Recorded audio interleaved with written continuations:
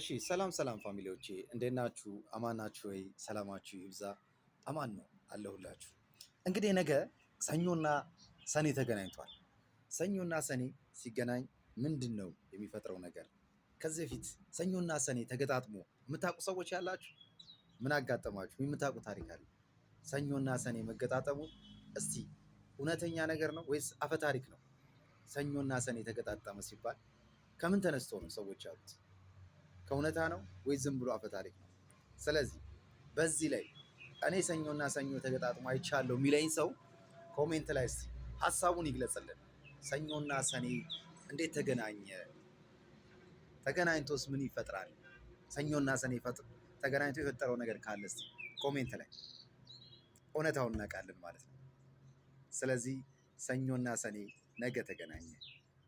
በሰኞና በሰኔ ላይ ያላችሁን አስተያየት ፋሚሊዎቼ ኮሜንት ላይ ጻፉና እንየው። አመሰግናለሁ።